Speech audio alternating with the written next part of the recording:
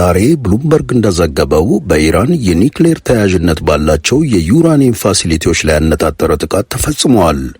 የተወሰኑ ማጥቃቶች በእስራኤል የተከናወነ ሲሆን በሚሊቴሪ ትብብር ደግሞ ዩናይትድ ስቴትስ ሰፊ ቀጠናዎችን ሸፍናለች። ሄቪ ወተር የኒውክሌር ሪያክተር አራክ ተብሎ በሚጠራ ሳይት ላይ ተመቷል። ከኒውክሌር ጋር ተያያዥነት ባለው ኢስፋሃን በተባለ ቦታ ላይም ፍንዳታዎች ታይተዋል። ነገር ግን የተረጋገጠ የኒውክሌር ፍንዳታ ወይም የራዲዬሽን ዲዛስተር ስለመታየቱ አልተገለጸም።